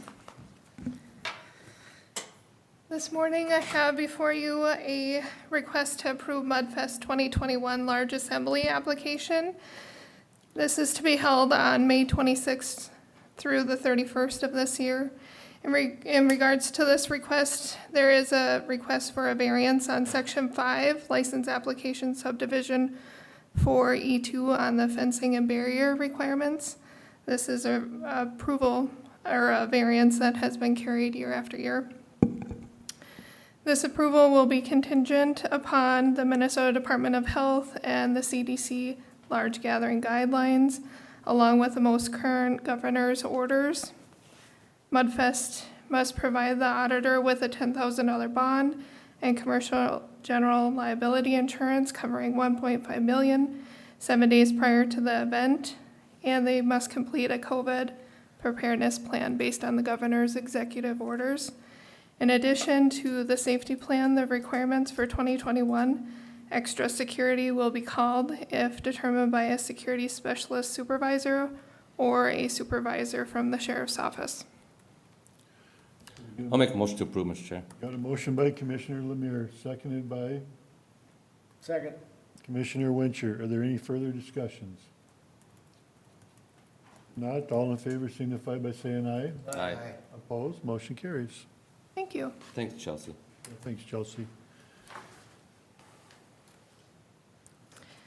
Next on the agenda, I have a request for approval for the Morrison County Ducks Unlimited to hold a raffle at the Falls Ballroom on April 23rd of this year. Motion So by moved. Commissioner Lemire, Second. seconded by Commissioner Jelinski. Any further discussion? Not, all in favor signify by saying aye. Aye. Opposed, motion carries. Next on the agenda, I have a resolution along with a trail club agreement. This you see annually, so this is for the county to be a sponsor for the Morrison County Recreational Trails Association for the fiscal year 2022 in coordination with the county and club trail agreement. I'll move on that, Mr. Chair. Okay, we got a motion by Commissioner Jelinski, seconded by Commissioner Lemire. Any further discussion? Not, all in favor signify by saying aye. Aye. Opposed, motion carries. Thank you. Next on the agenda, I am requesting approval for a replacement of the account specialist position within the auditor treasurer's office. This is a grade 19 full-time position, and in addition to requesting for approval to backfill any internal positions as a result. Can I get a motion on that? So moved, Mr. Chair. Motion by Commissioner Blaine, seconded by I'll second it. Commissioner Jelinski. Any further discussion? Certainly, Mr. Chair. I would ask Chelsea, as I ask generally to any department head when they come to replace a person, do we need to replace a person? Just asking the question. And why? I don't mean to stump the band. That's not what I'm playing here, but No, I always appreciate that question, Commissioner Jelinski. When it comes down to this position and when I look at the office dynamics as far as staffing in my office, half of my staff members will be here within the office over less than a year. And then I have my other staff members, half of the office, who are complete rocks in the office who have been with the county for many, many years. And so when I looked at this position and replacement, I'm needing to replace this position as I see that there needs to be cross-training over years to come. And we've been working on that already, but I do believe this is necessary. thank you. Thank you very much. Any other questions? Commissioner Blaine. Mr. Chair, so Chelsea, when we see a request like this come through that says, in addition, requesting approval to backfill any internal position, all that means is if one of the candidates to fill this position is a current employee, and that employee then is hired to fill that position, we're just asking then that void then be filled. Is that correct? That is correct. If the result turns out to be that case, I'm asking permission for both the account specialist position and then if an individual were to move into that position, to not be able to come back to board again, but to get permission today to fill that void if as a result. Thank you, Mr. Chair. Thank you. Okay, we have a motion and a second. Any other questions? Not all in favor signify by saying aye. Aye. Opposed, motion carries. And last on the agenda, I have a request to pay the bills. Mr. Chair, I'll make a motion to pay all of the bills. Okay, we got a motion by Commissioner Jelinski, seconded by Commissioner Blaine. This is roll call. Commissioner Lemire. Aye. Commissioner Wincher. Aye. Commissioner Jelinski. Aye. Commissioner Blaine. And aye. Motion carries. Thank you, Chelsea. Thank you. Thank you, Chelsea. Okay, County Board, Public Health. Works. Or Public Works, I'm sorry. We're still in the public. We're still in the public, yes. Welcome, Steve. Good morning, Steve. Morning, everyone. Morning. Mr. Chairman, members of the board, I have several items for your consideration today. Previously, the county board had adopted a long-term master plan which allowed Belle Prairie Park to become a regional park and opened up a lot of outside resources for improvements that we had highlighted in our master plan that we were going to try to accomplish.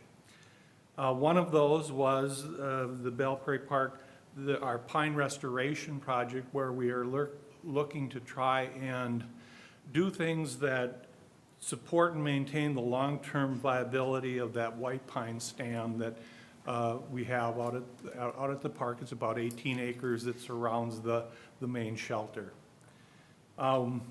Based on that master plan, we made application to the DNR for a grant, and we have been successful in getting approval of that grant, and my request today is that the board would authorize the Public Works Director to sign that grant agreement. What it would help fund is that we will inventory that 18 acres to determine diseased trees, disease and stress trees, those that would need to be removed. We'd also be determining which areas where we have heavy regrowth, the thinning and selective removal of some of the pines so that we can promote the strongest and fittest regrowth that is coming up.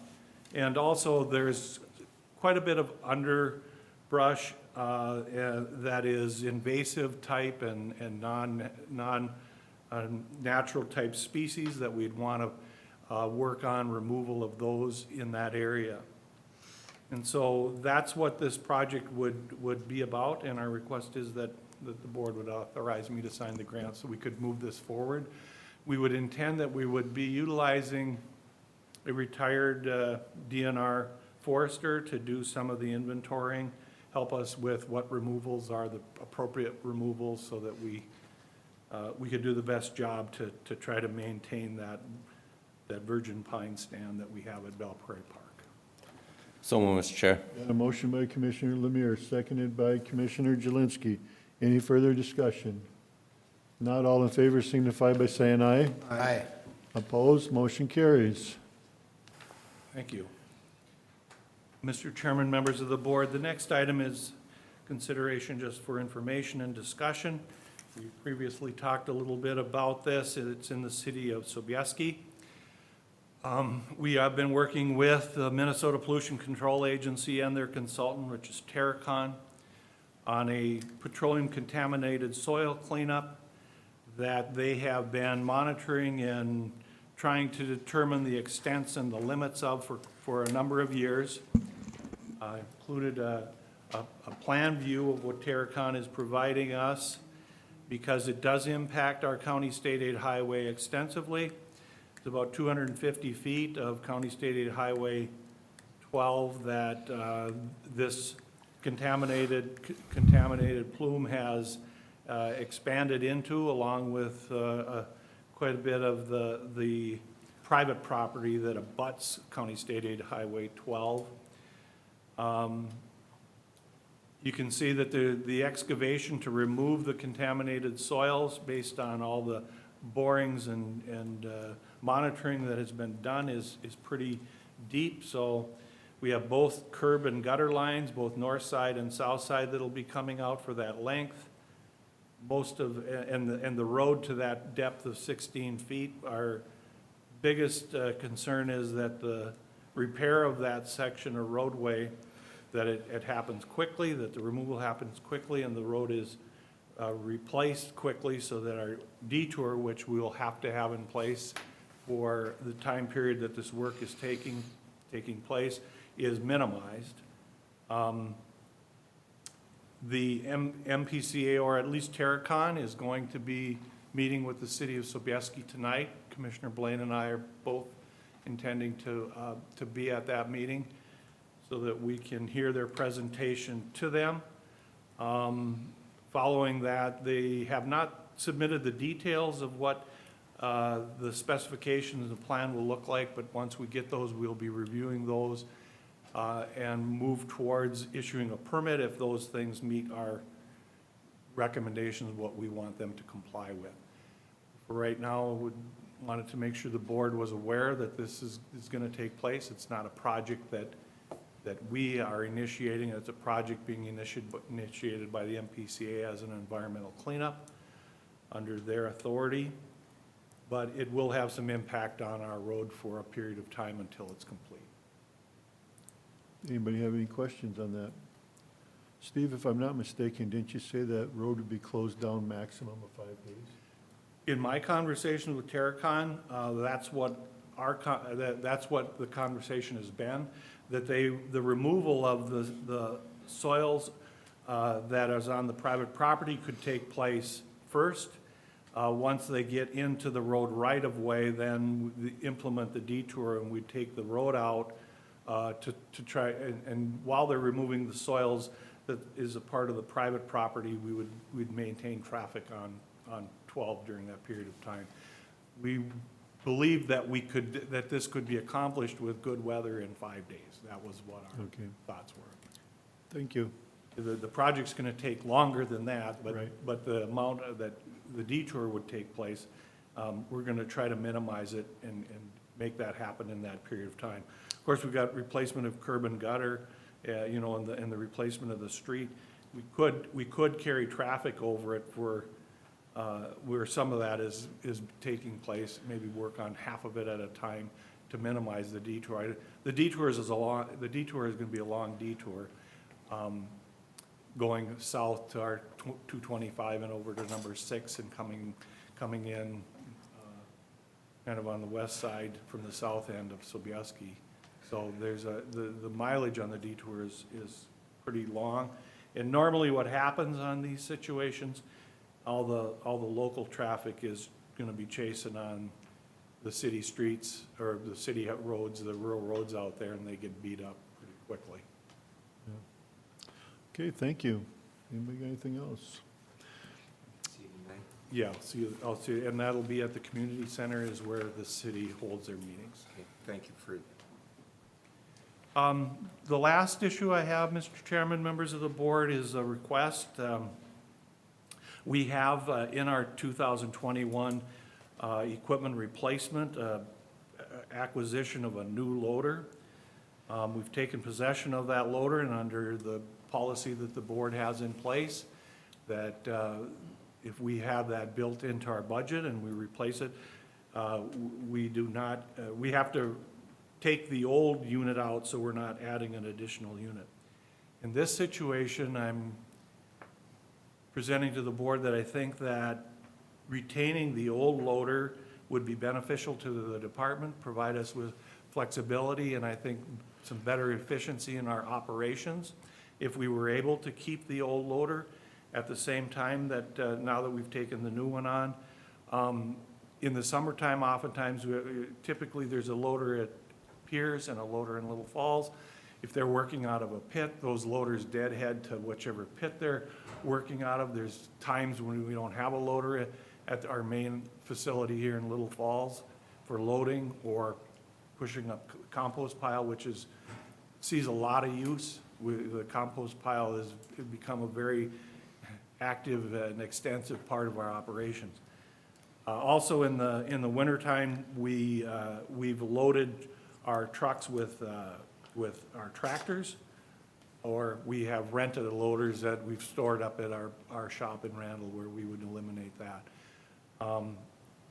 The loader, if we were to dispose of it, it's probably worth they gave us a $33,000 bid on it for a trade-in.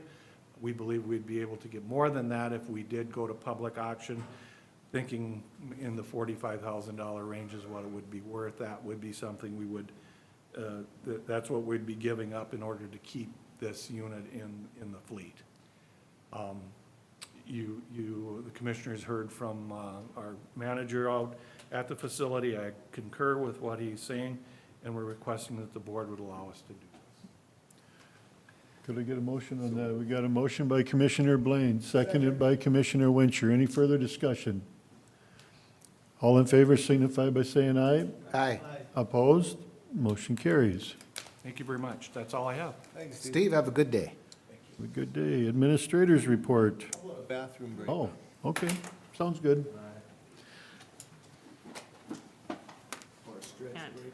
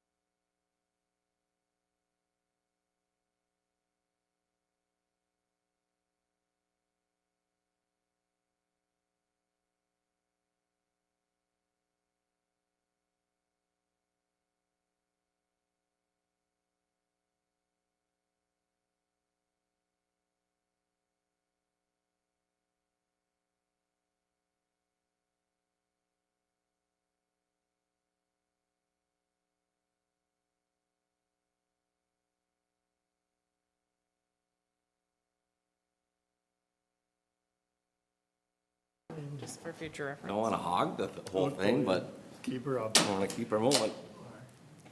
You like it? Okay, administrators report.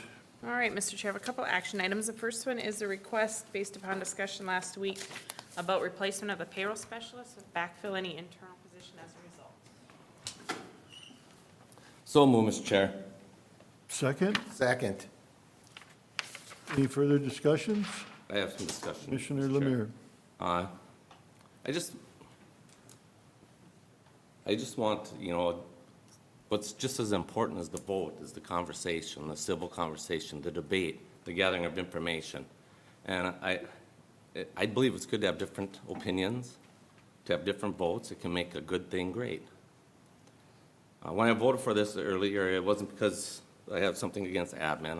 I think highly of admin. As a matter of fact, that's why I thought they could absorb the extra job duties, but after receiving info from admin, talking with a couple HR individuals, gathering the information that I asked for from Deb, which was great information for me.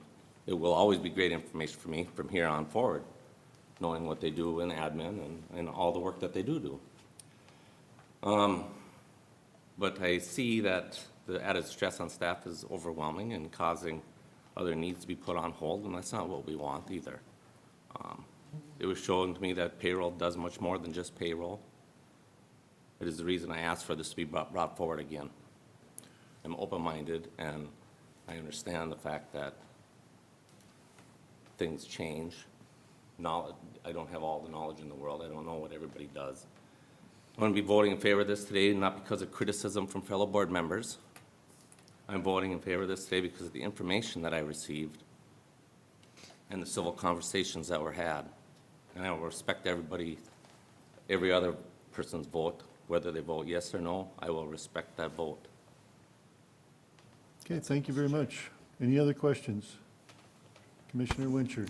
Thank you, Mr. Chair, and I appreciate Commissioner Lemire even asking to bring this forward from last week. I'm just going to give you my opinion on this here. A little history goes back when I first became county commissioner.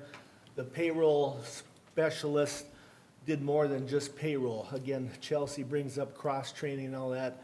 Our payroll specialist at the time, not the one that currently we're replacing, but did insurance. I mean, it got me going on my, I don't know what's called, 401K, it's not that, but whatever. So this person did a lot of extra things, and there was a lot of cross-training there.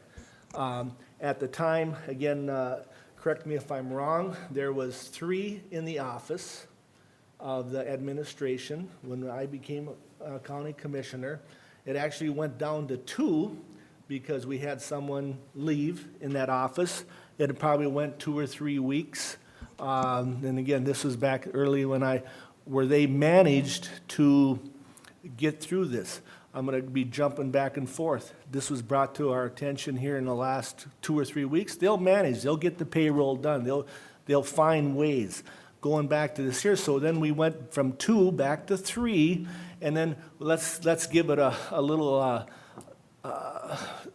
looking at this administration. And they went like 6 months, 8 months, and then our county administrator came to us and said, hey, I would like another one.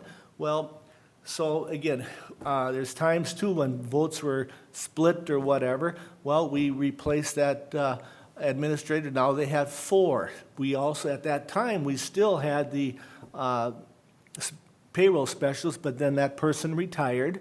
And then we went to the current one.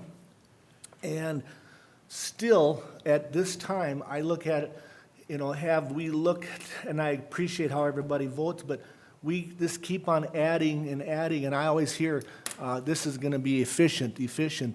Well, with efficiency comes, well, let's become, let's take a good look at when we replace somebody or add additional employee. And I think in this case, this is something that we gave them maybe 2 weeks, 3 weeks now to resolve that. I believe everybody still got their checks. And again, this is one of the areas that I feel, again, I've made this many times, that our administration is overstaffed and that they can handle this, and they are handling it. Now, again, this is my opinion. I just think that in this case, that we can make this work, especially now that if we're gonna be more than likely adding this new payroll system. And again, I hear efficiency, that it's gonna be, everything's gonna be so much easier. Why don't we just sit back and wait and see? Let's see how this works, because again, I believe it's 13,000, and I voted for it too. Just let's let them put this in place and see how it goes. A new staff or a replacement staff is gonna be about, again, these are just numbers, probably 50,000. This additional system is gonna be 50,000.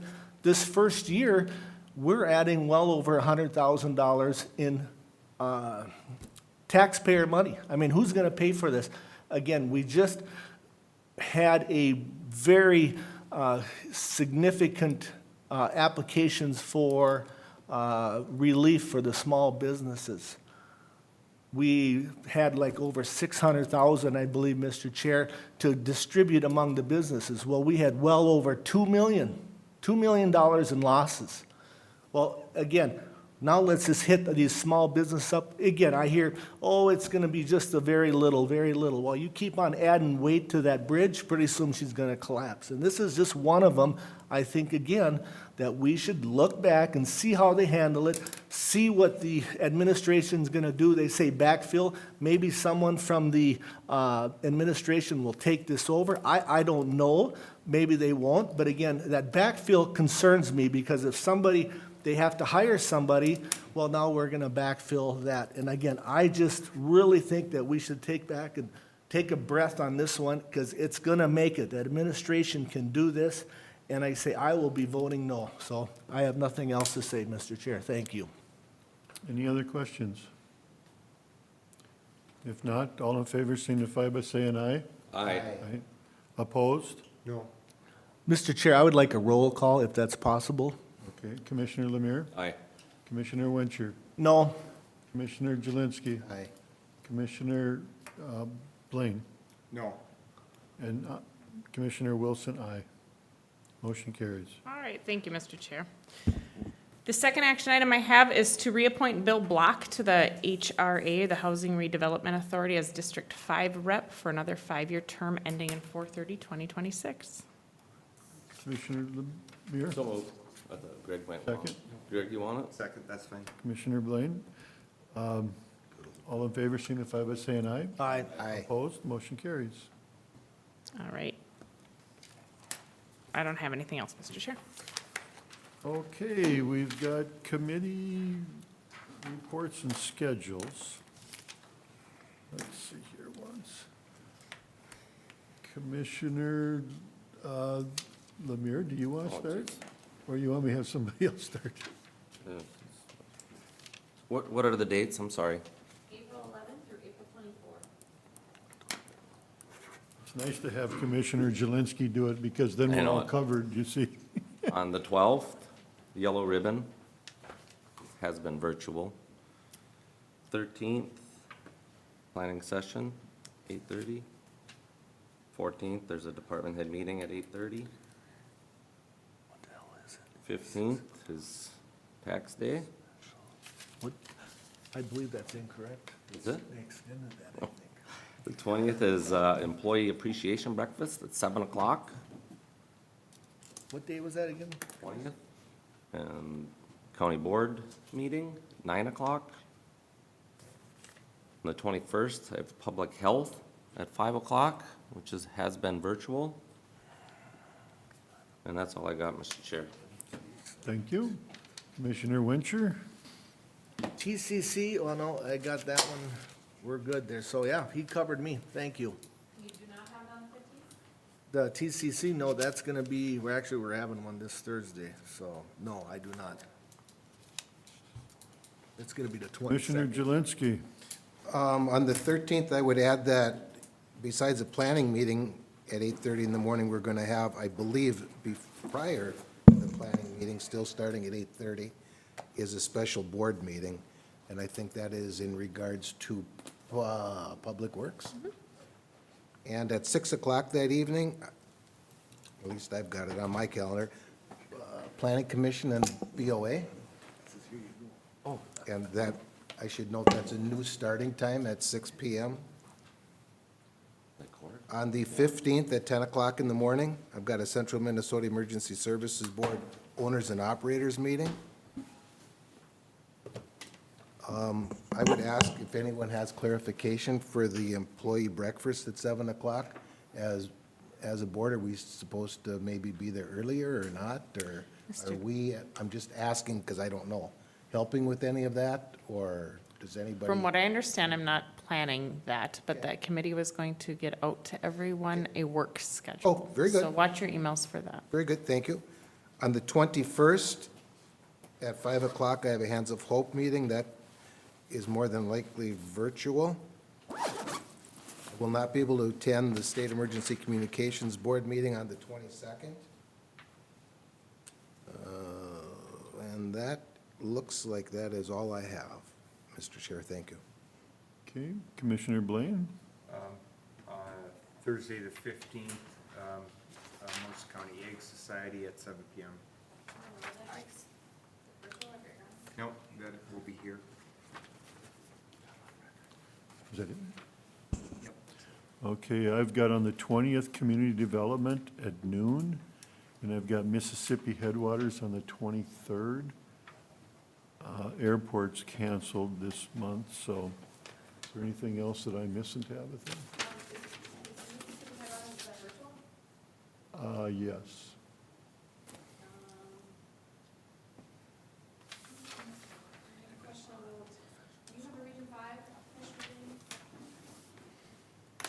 Okay, you got Region 5?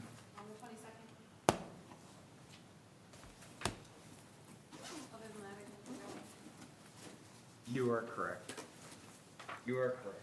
And is that in person or virtual? That is virtual, and you're right. You know, actually,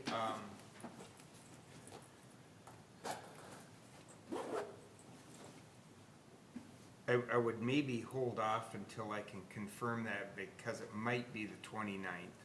Because I have, we have a budget and personnel meeting on the 27th, and I think that was to take place before this April meeting.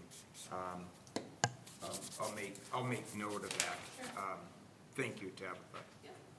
Mr. Chair, and if I could just follow up on what Jeff said, Kathy just sent out an email about the volunteer schedule. So look at your emails and respond to her. Thank you. With what's available. Thank you. And Mr. That was at $25, right? That's- Yeah. Yes, that goes to her too. It's 30 if you didn't pay it yet. Yes. Yeah. Interest. Interest. Okay, anything else? Not, can I get a motion to adjourn? So moved. Got a motion by Commissioner Jelinski, seconded by Commissioner Lemire. All in favor signify by saying aye. Aye. Opposed, motion carries. Good job, Mr. Chair.